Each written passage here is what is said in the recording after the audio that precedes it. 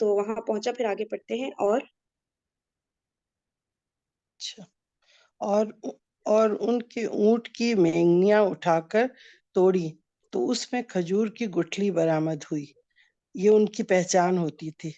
ابو سفیان نے کہا خدا کی قسم یہ یثرب کا چارہ ہے. اس کے بعد وہ تیزی سے قافلے کی طرف پلٹا اور اسے مغرب کی طرف موڑ کر اس کا رخ ساحل کی طرف کر دیا اور بدر سے گزرنے والی کاروانی شاہراہ کو بائیں ہاتھ پہ چھوڑ دیا. اس طرح قافلے کو مدنی لشکر کے قبضے میں جانے سے بچا لیا اور فوراً ہی مکی لشکر کو اپنے بچ نکلنے کی اطلاع دیتے ہوئے اسے واپس جانے کا پیغام دیا جو اسے جحفہ میں موصول ہوا. تو یہ میرے خیال سے وہ جو کھجور کی گٹھلی انہوں نے دیکھی، تو اس سے میرے خیال سے انہوں نے آئیڈینٹیفائی کیا نا کہ یہ تو مدینے کی میرے خیال سے کھجور کی پہچان ہوگی، سم تھنگ کچھ ایسا لگ رہا ہے نا کہ ان کو آئیڈیا ہو ہاں، گیا کہ یہ تو یہ. جانور کی مینگنیوں کو توڑ کے دیکھا. گٹھلی تو نہیں وہ ہوتی، وہ نہیں ہوتی نا ڈائجسٹ، تو اس سے وہ لوگ پہچانتے تھے کہ کون کس جگہ سے آ رہا ہے. تو وہ لوگ اپنی اچھا جانوروں کو کھجور کھلایا کرتے تھے. تو وہ کھجور کی گٹھلیوں سے وہ پہچان گئی یثرب سے مدینہ منورہ سے یہ قافلہ آ رہا ہے. اچھا اچھا، صحیح. اس سے ان کو پتا چل گیا کہ یہ جو اونٹ آئے ہوئے ہیں یہ پھر وہاں سے ہی آئے ہوئے ہیں نا، مدینہ سے. تو یہ جی. ڈیفینیٹلی پھر وہی والا قافلہ ہوگا جو ہمیں اٹیک کرنے کے لیے نکلا ہے.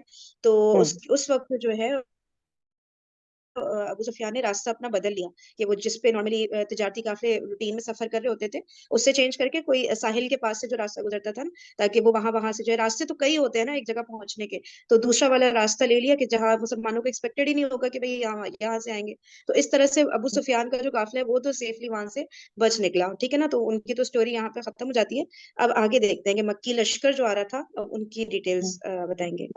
مکی لشکر کا ارادہ واپسی اور باہمی پھوٹ. یہ پیغام سن کر مکی لشکر نے چاہا کہ واپس چلا جائے، لیکن قریش کا طاغوت اکبر ابو جہل کھڑا ہو گیا اور نہایت کبر و غرور سے بولا خدا کی قسم ہم واپس نہیں ہوں گے یہاں تک کہ بدر جا کر وہاں 3 روز قیام کریں گے اور اس دوران اونٹ ذبح کریں گے، لوگوں کو کھانا کھلائیں گے اور شراب پلائیں گے، لونڈیاں ہمارے لیے گانا گائیں گی اور سارا عرب ہمارا اور ہمارے سفر اور اجتماع کا حال سنے گا اور اس طرح ہمیشہ کے لیے ان پر ہماری دھاک بیٹھ جائے گی. لیکن بتانا ہے اس کو یا آگے بڑھنا ہے؟ یہ اچھا، بس اب اس میں یہ بتایا گیا کہ ان کو مکی لشکر کو تو پتہ چل گیا تھا، وہ نکلے تو اسی غرض سے تھے نا کہ ابو سفیان کے قافلے کو پروٹیکٹ کرنا ہے، اتنا مال و دولت لے کر آ رہے ہیں تو وہ سارا کا سارا لوٹ گیا تو ان کے لیے تو بہت بڑا لاس ہو جائے گا نا. تو اس لیے جو ہے وہ ان کا کہ بس ٹھیک ہے، وہ تو یعنی کہ ان کو یہ پیغام مل گیا تھا کہ اب آپ لوگ واپس چلے جائیں. تو لیکن ابو جہل نے پھر جو ہے وہ تو کبر اور غرور ان کے اندر تو بھرا ہی رہتا تھا. تو جو ہے ابو جہل نے کہا کہ نہیں نہیں، ہم تو واپس نہیں جائیں گے، ہم یہاں پہ پارٹی کریں گے. تو یہاں پہ جو ہے 3 روز تک رکیں گے اور جو ہے اونٹ ذبح کریں گے، کھانا پینا کریں گے، شراب پیئیں گے پلائیں گے، لونڈیاں ناچیں گی، وہ فل ہوتا ہے نا دھمال ڈالیں گے. اور سارا عرب جو ہے ہمارے اور ہمارے سفر کے مطلب قصے سنا کرے گا کہ بھائی ہم تو بڑا بہادری کے ساتھ آئے تھے، لیکن تو یہاں پہ تو کوئی مارکا اس طرح کا ہوا ہی نہیں، تو ہم اپنا اب اتنی دور تک آئے گئے ہیں تو یہاں پہ 3 دن قیام کر کے پھر ہی ہم واپس جائیں گے. میرے خیال سے یہی ہے نا بس ہوں. اس میں ڈیٹیلز. ہاں، لیکن ابو جہل کے الرغم اخنس بن شریق نے یہی مشورہ دیا کہ واپس چلو، مگر لوگوں نے اس کی بات نہیں مانی. اس لیے وہ بنو زہرہ کے لوگوں کے ساتھ لے کر واپس ہو گیا، کیونکہ وہ بنو زہرہ کا حلیف اور اس لشکر میں ان کا سردار تھا. بنو زہرہ کی کل تعداد کوئی 300 تھی. ان کا کوئی بھی آدمی جنگ بدر میں حاضر نہ ہوا. بعد میں بنو زہرہ اخنس بن شریق کی رائے پر حد درجہ شاداں و فرحہ تھے اور ان کے اندر اس کی تعظیم و اطاعت ہمیشہ برقرار رہی. تو اب بنو بتا رہے ہیں کہ یہ جو تھے، جی جی بولیے. ٹھیک، بنو زہرہ کے علاوہ بنو ہاشم نے بھی چاہا کہ وہ واپس چلے جائیں، لیکن ابو جہل نے بڑی سختی کی اور کہا کہ جب تک ہم واپس نہیں ہوں گے یہ گروہ ہم سے الگ نہ ہونے پائے گا. بتاؤ.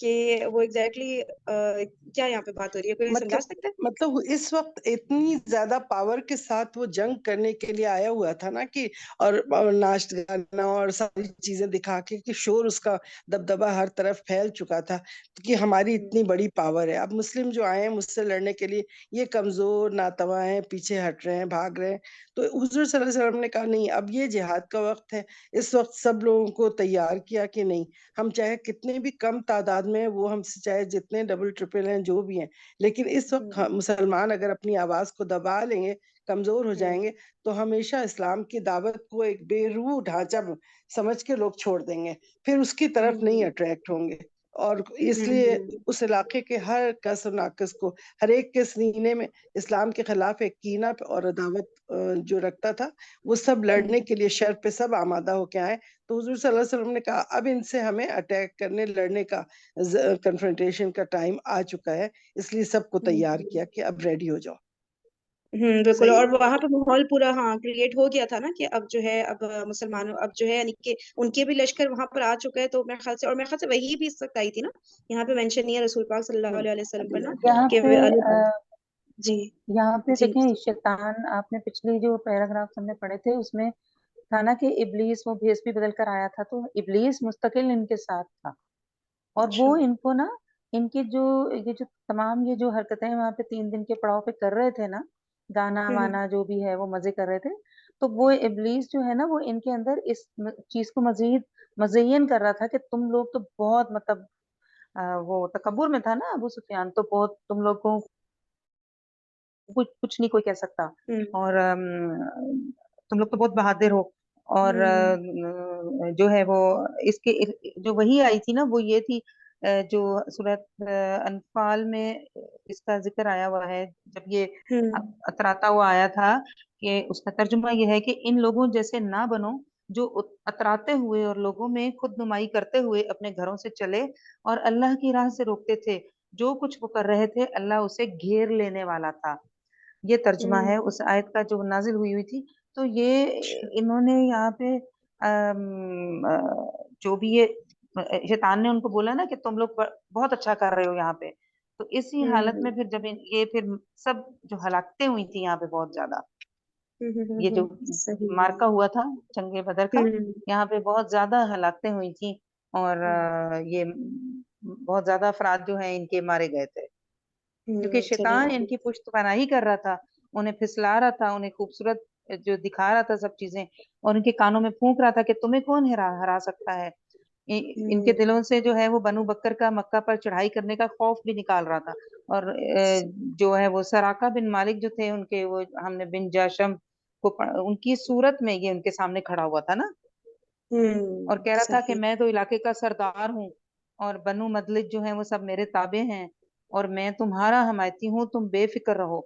شیطان کا تو کام یہی ہے کہ جھوٹے وعدے کرے اور نہ پورے ہونے والی امیدوں کے وہ سبز باغ دکھاتا رہا ہے ان کو، اور یہ دھوکے میں رہے اور پھر اسی طرح جنگ ہو گئی.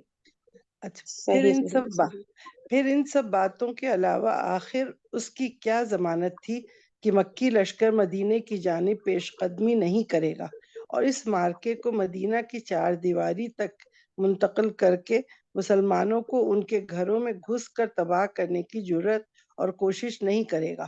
جی ہاں، اگر مدنی لشکر کی جانب سے ذرا بھی گریز کیا جاتا تو یہ سب کچھ ممکن تھا، اور اگر ایسا نہ بھی ہوتا تو مسلمانوں کی ہیبت اور شہرت پر تو بہرحال اس کا نہایت برا اثر پڑتا.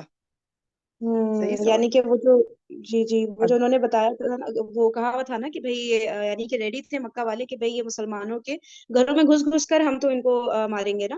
تو اب رسول اللہ صلی اللہ علیہ وسلم نے دیکھ لیا تھا کہ بھئی یہاں تک تو آ گئے، مکہ سے تو کافی دور آ ہی گئے تھے نا وہ، تو جب بدر کے مقام تک آ ہی گئے تو کیا پتا یہ کون اس کی گارنٹی لے رہا ہے کہ یہ جب یہاں تک آ گئے ہیں تو یہاں پہ جو بھی اپنا اسٹے کر کے یہ بدر کے مقام پہ یہ اگر ہم نے ان کے ساتھ نہیں کیا جنگ تو پھر جو ہے آگے پھر یہ لوگ مزید آئیں گے اور مدینہ میں انٹر ہو جائیں گے، جو ویسے بھی انہوں نے ارادہ کیا ہوا تھا. کہ کبھی نہ کبھی تو مدینہ میں انٹر ہو کے انہوں نے مسلمانوں کو وہ کرنا تھا، ان کے گھروں میں گھس گھس کے نا ان پہ وار کرنے تھے. تو انہوں نے کہا کہ یہ کیا گارنٹی ہے کہ جو ہے یہ لوگ وہاں انٹر ہو کے اور پھر یہ تباہ کاریاں نا اپنی مچا رہے ہوں. تو جو ہے اس لیے رسول اللہ صلی اللہ علیہ وسلم کو سمجھ آ گیا تھا کہ بس اب یہ وقت آ گیا ہے کہ جو ہے ہمیں ڈیفینسو موڈ میں نہیں جانا ہے، اب اٹیکنگ موڈ میں جانا ہے نا. تو کافی سارے ریزن بتا رہے ہیں کہ کیا وجہ تھی کہ وہ قافلہ تو چلا گیا تھا لیکن یہ لشکر پہ پھر بھی اٹیک جو ہے کیا گیا اور مطلب ایک جنگ کا ماحول کریٹ ہو گیا. اور کوئی بات یہاں مسنگ ہو رہی ہے اس پر؟ چلے صحیح. کوئی اور ریڈ کرنا چاہے گا تو انمیوٹ کریے گا. میری آواز جی نہیں جا کہاں سے کریں گے؟ یہ بالکل یہ جو نئی ہیڈنگ شروع ہو رہی ہے نا مجلس شورا والی. مجلس شورا کا اجتماع. حالات کی اس اچانک اور پرخطر تبدیلی کے پیش نظر رسول اللہ صلی اللہ علیہ وسلم نے ایک اعلیٰ فوجی مجلس شورا منعقد کی جس میں درپیش صورتحال کا تذکرہ فرمایا اور کمانڈروں اور عام فوجیوں سے تبادلہ خیالات کیا. اس موقع پر ایک گروہ خونریز ٹکراؤ کا نام سن کر کانپ اٹھا اور اس کا دل لرزنے اور دھڑکنے لگا. اسی گروہ کے متعلق اللہ تعالیٰ کا ارشاد ہے. ترجمہ: جیسا کہ تجھے تیرے رب نے تیرے گھر سے حق کے ساتھ نکالا اور مومنین کا ایک گروہ ناگوار سمجھ رہا تھا، وہ تجھ سے حق کے بارے میں اس کے واضح ہو چکنے کے بعد جھگڑ رہے تھے، گویا وہ آنکھوں دیکھتے موت کی طرف ہانکے جا رہے ہیں. اچھا. اب اس کو اس میں بھی کرنا بتایا جا رہا ہے کہ جی رسول اللہ صلی اللہ علیہ وسلم کا ان کو سمجھ تو آ گیا تھا یہ ساری چیزیں جو ہونے والی ہیں تو ان پہ وہی بھی نازل ہو رہی ہے تو انہیں تو کلیئر تو ہو جاتی تھی باتیں لیکن ان کا ایک یہ سنت تھی کہ وہ لوگوں سے مشورہ کرتے تھے.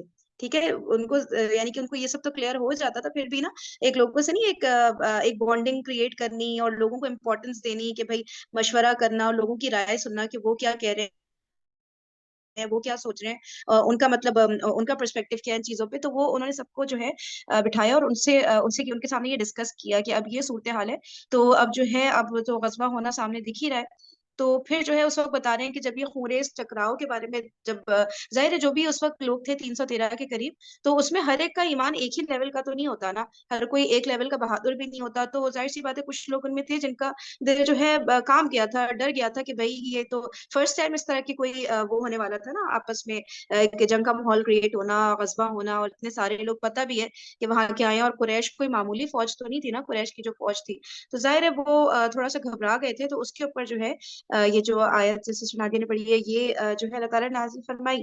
تو کیا ہے کہ جیسے کہ تجھے تیرے رب نے تیرے گھر سے حق کے ساتھ نکالا یعنی کہ مدینہ سے اور مومنین کا ایک گروہ ناگوار سمجھ رہا تھا. اس وقت بھی مدینہ سے نکلتے ہوئے بھی کچھ لوگ نا جب قافلے پہ صرف تجارتی قافلے پہ اٹیک کرنے والے تھے اس وقت بھی کچھ لوگوں نے نا ریزسٹنس کی تھی کہ نہیں اس کی ضرورت ہے نہیں، بس اتنا جیسے چل رہے چلنے دے، ہمیں کیا ضرورت ہے کہ ابو سفیان کے قافلے کو جو ہے اٹیک کریں.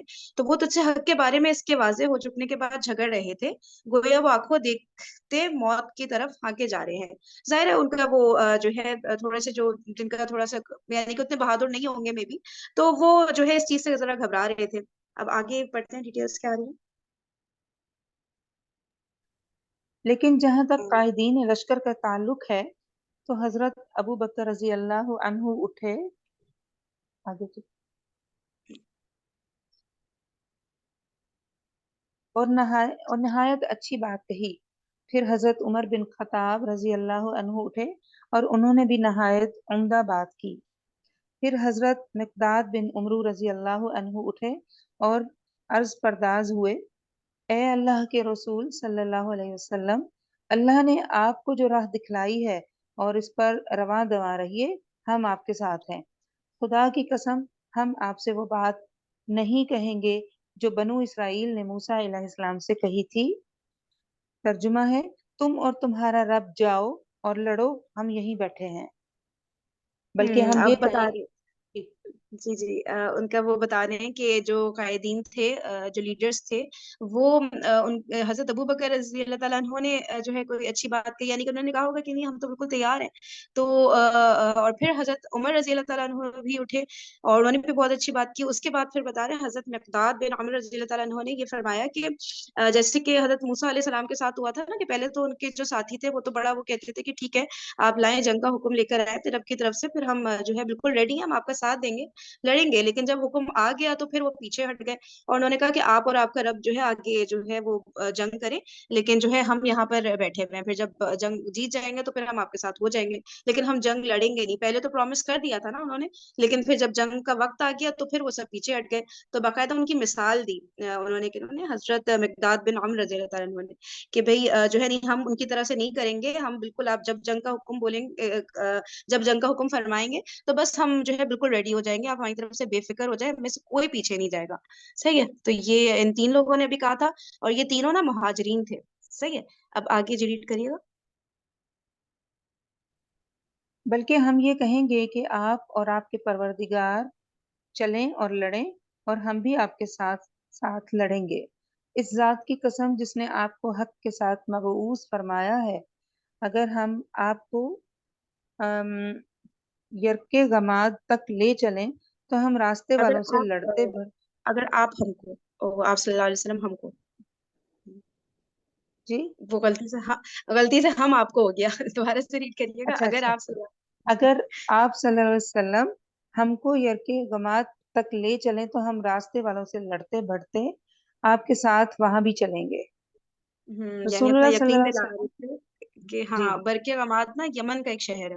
تو وہ بتا رہے تھے کہ آپ اگر ہمیں وہاں تک بھی جانے کہیں تو ہم جو ہے وہاں تک بھی لڑتے بڑھتے چلے جائیں گے آپ صلی اللہ علیہ وسلم کے ساتھ، بس آپ حکم کریں، جو آپ کہیں گے وہ ہم کرنے کو تیار ہیں.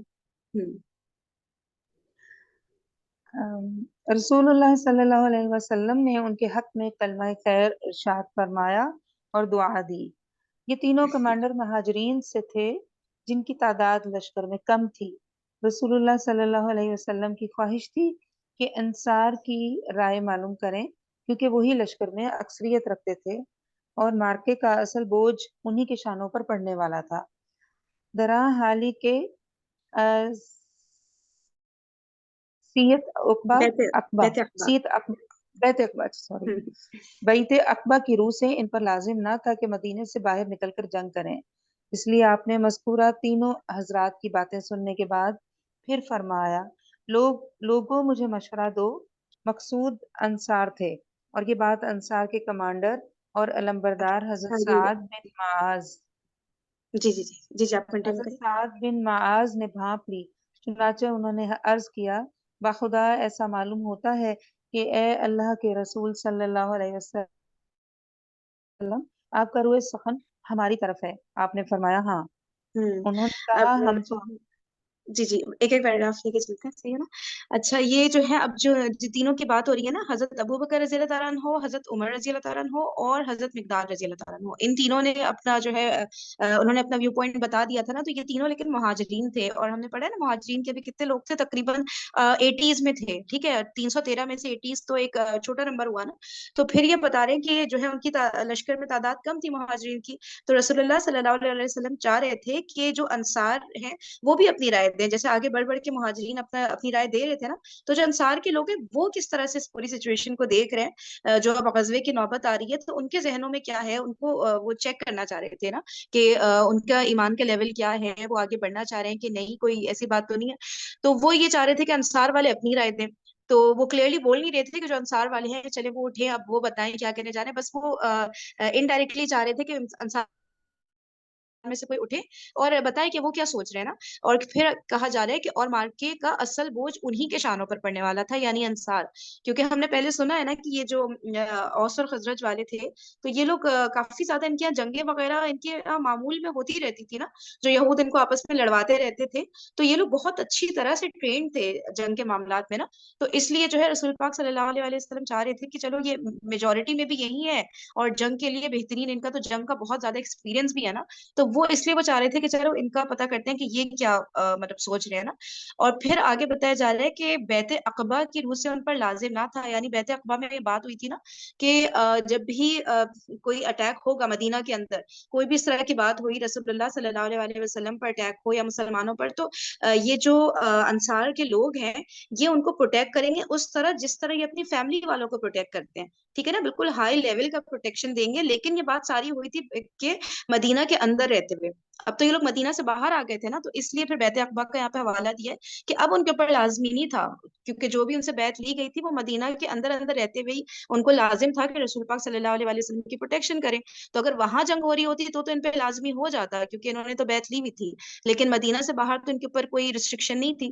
تو جو ہے اب جو ہے اس کے بعد پھر بتا رہے ہیں کہ حضرت سعد بن معاذ رضی اللہ تعالیٰ عنہ نے جب حضور پاک صلی اللہ علیہ وسلم نے کہا کہ لوگوں مشورہ دیں، تو وہ دیکھ تو رہے تھے کہ لوگ تو مشورہ دے رہے ہیں، 3 لوگ تو آلریڈی دے چکے ہیں. تو ان کو نا تھوڑا آئیڈیا ہوا کہ ہاں یہ ایسا تو نہیں کہ انصار میں سے کوئی نہیں کھڑا ہوا، تو انصار والوں کے بارے میں کہہ رہے ہوں. تو پھر جو ہے انہوں نے کہا کہ انہوں نے باقاعدہ کہا کہ اللہ کے رسول صلی اللہ علیہ وسلم آپ کا روئے سخن ہماری طرف ہے. تو پھر انہوں نے فرمایا جی جی، مطلب کہ ان کا ہی جاننا چاہ رہے ہیں کہ ان کا کیا پرسپیکٹیو ہے. آگے بڑھتے ہیں. انہوں نے کہا ہم تو آپ پر ایمان لائے ہیں، آپ کی تصدیق کی ہے، اور اب یہ گواہی دی ہے کہ آپ جو کچھ لے کر آئے ہیں سب حق ہے، اور اس پر ہم نے آپ کو اپنی سمع و اطاعت کا عہد و میثاق دیا ہے. لہٰذا اے اللہ کے رسول صلی اللہ علیہ وسلم، آپ کا جو ارادہ ہے اس کے لیے پیش قدمی فرمائیے. اس ذات کی قسم جس نے آپ کو حق کے ساتھ مبعوث فرمایا ہے، اگر آپ ہمیں ساتھ لے کر اس سمندر میں کودنا چاہیں تو ہم بھی آپ کے ساتھ کود پڑیں گے. ہمارا ایک آدمی بھی پیچھے نہ رہے گا. ہمیں قطعاً کوئی ہچکچاہٹ نہیں کہ کل آپ ہمارے ساتھ دشمن سے ٹکرا جائیں. اب یہ جو ہے حضرت سعد رضی اللہ تعالیٰ عنہ کے کتنے اسٹرانگ ورڈز ہیں. انہوں نے کہا تھا کہ ہم تو آپ پر ایمان لے آئے ہیں نا، تو بس اب آپ نے جو کہنا ہے ہم نے فالو کرنا ہے.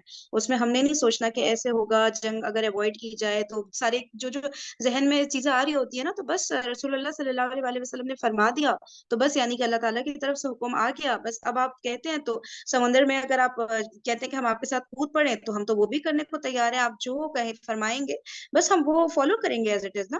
تو بالکل ہمیں کوئی ہچکچاہٹ نہیں ہے، ہم آگے بڑھیں گے. آپ بس حکم کریں کہ ہمیں کرنا کیا ہے. آگے بڑھتے.